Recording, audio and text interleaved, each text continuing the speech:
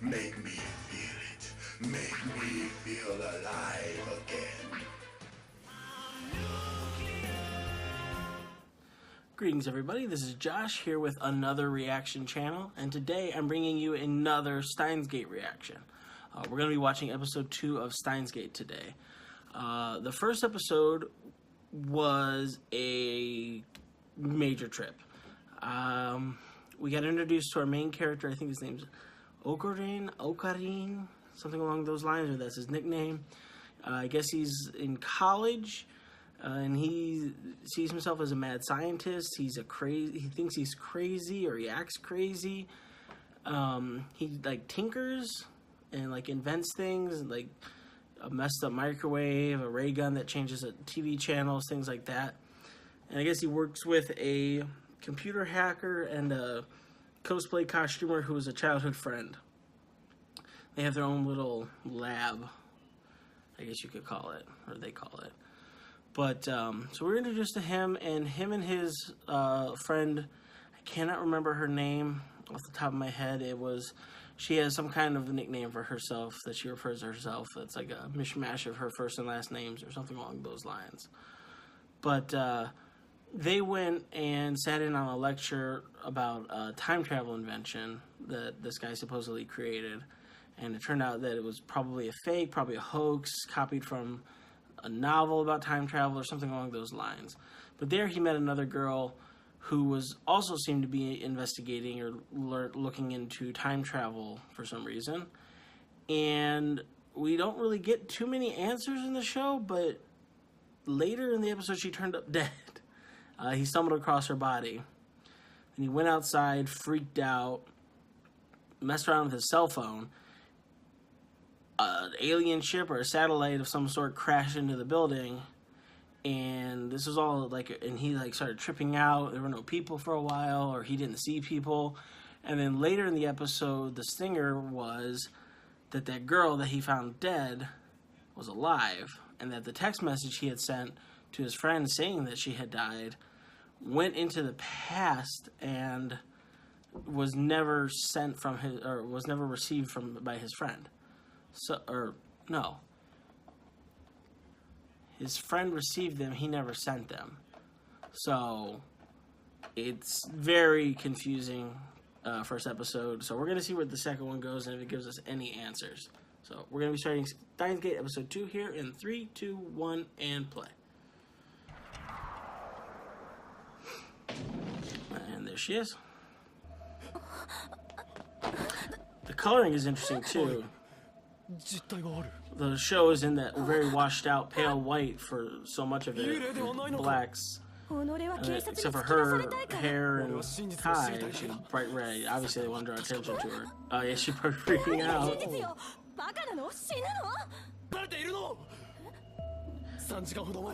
I agree that he's crazy at this point.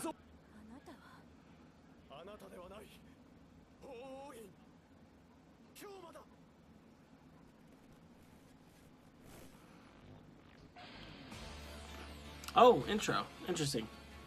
We didn't get one in the first episode. At least not that I saw.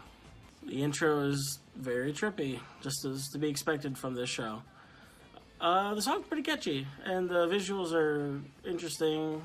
A lot of science and time travel-esque imagery, as you would expect.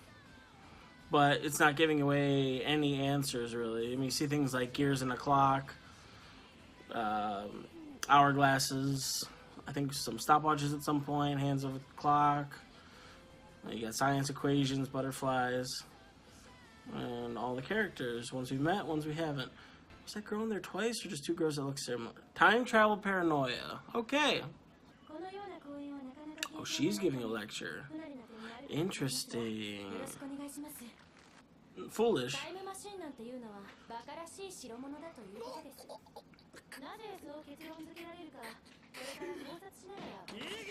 He's freaking out another.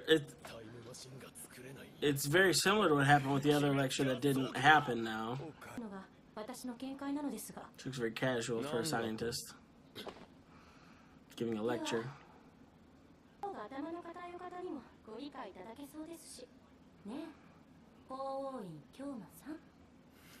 His name is odd. I don't know if that's something that would make more sense if I was more familiar with Japanese names, but it's like Hoin? Hoin? Is he trying to make a pun or something? Oh, did she own him in the debate?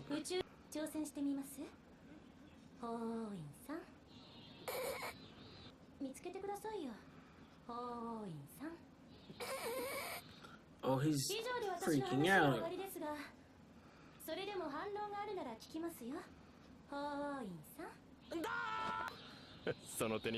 Boy's got a persecution complex out the wazoo.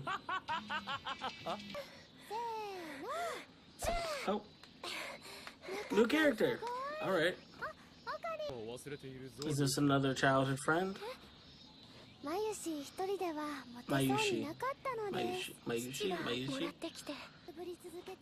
He talks so kind of out there and matter of fact. It's almost like he's a character played by a person playing D&D or something. Like someone role-playing as a scientist or something. It's very odd. It's like, I'm supposed to be in charge of a lab, so this is how I should act. Oh.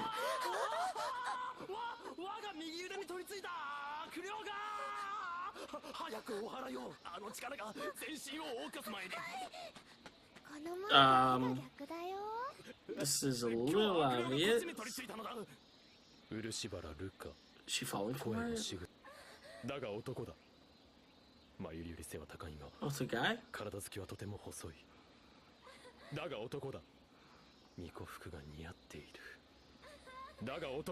Is he? Or is that another delusion of this guy? I could see it either way. I can't tell. So I'll just let the show tell me. Oh. Well, he said it, and she didn't correct him, so I'm assuming that that is true. So that's a guy. Rukiyuki? Oh, I gotta write these names down.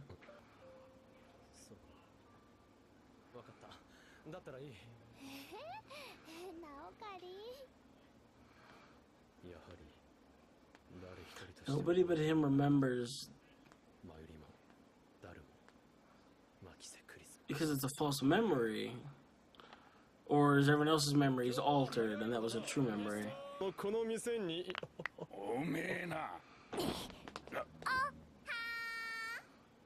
Another person from the intro. Pigtails girl. Oh, he's a landlord. I thought he just lived nearby. Don't double your rent.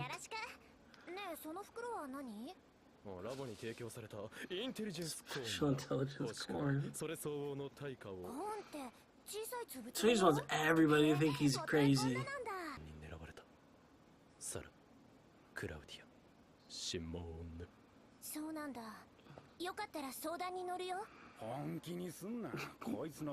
The brooding protagonist. This deep dark secrets. I love it when this guy just laughs like a wacko. He just busts out into oh, Google says it, so it's gotta be true. Hashtag not sponsored. Hashtag might be sponsored. Untitled is the name of the story that the guy said, or that he said that the original lecturer stole from. CERN. Are they talking about the CERN that did the Hadron Collider, or is this a different CERN?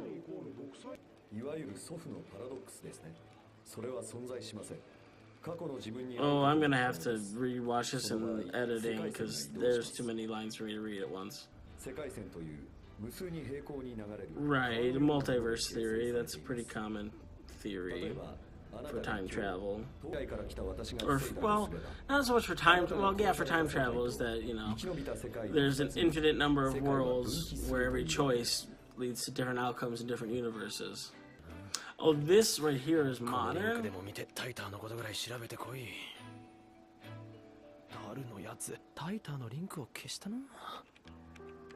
Dara must have deleted the link on Tider. 12. So the world around him will change, even if his memory doesn't.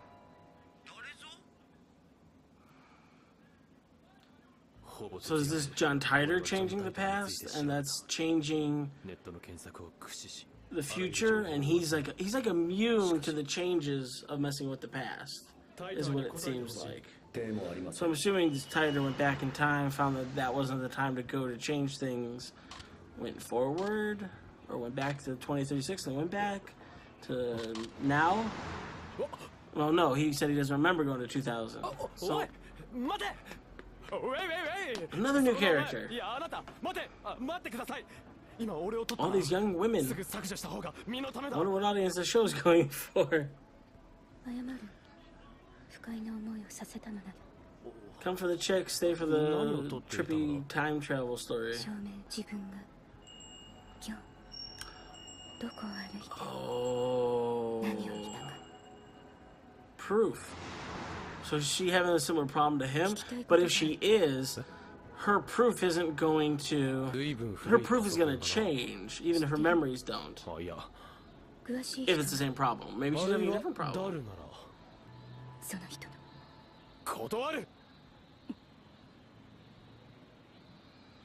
Why does she look so sad? Oh, she must have a lot of stuff on that phone. Like Irene Adler from Sherlock.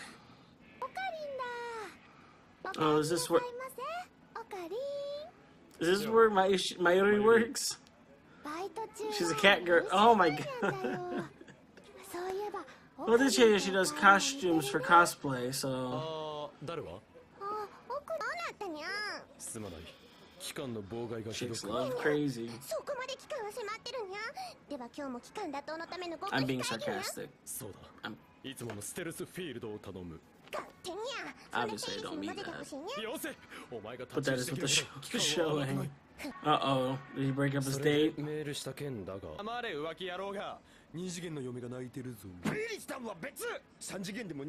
Oh, it was...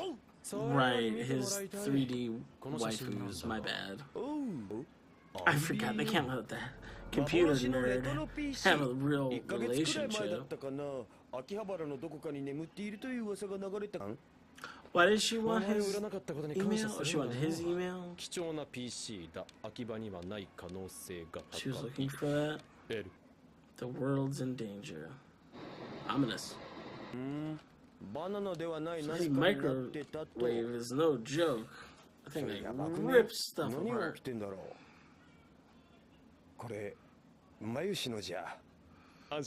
of Mayushi. I can see working around him, you might want to write your name on your stuff. The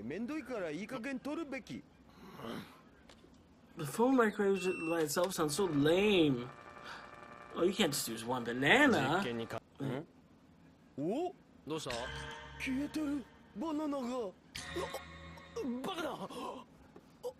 I have a feeling the show is going to end with some really trippy stuff every episode.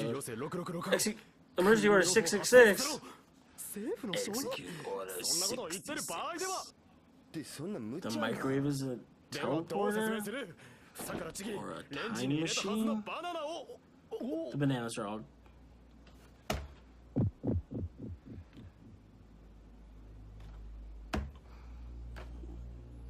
Wow.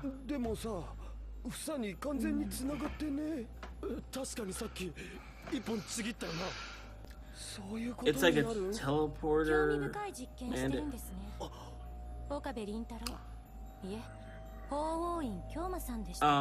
excuse you? How did you get in? And if you just thought he was a crazy guy who you beat down in a lecture, why are you here? End credits. I'll have to look into whether this show does end credit scenes or not. So I'll just let this run in the background while I talk, and we'll see if anything comes up. Okay, that was episode 2 of Steins Gate. We got introduced to a number of new characters this episode.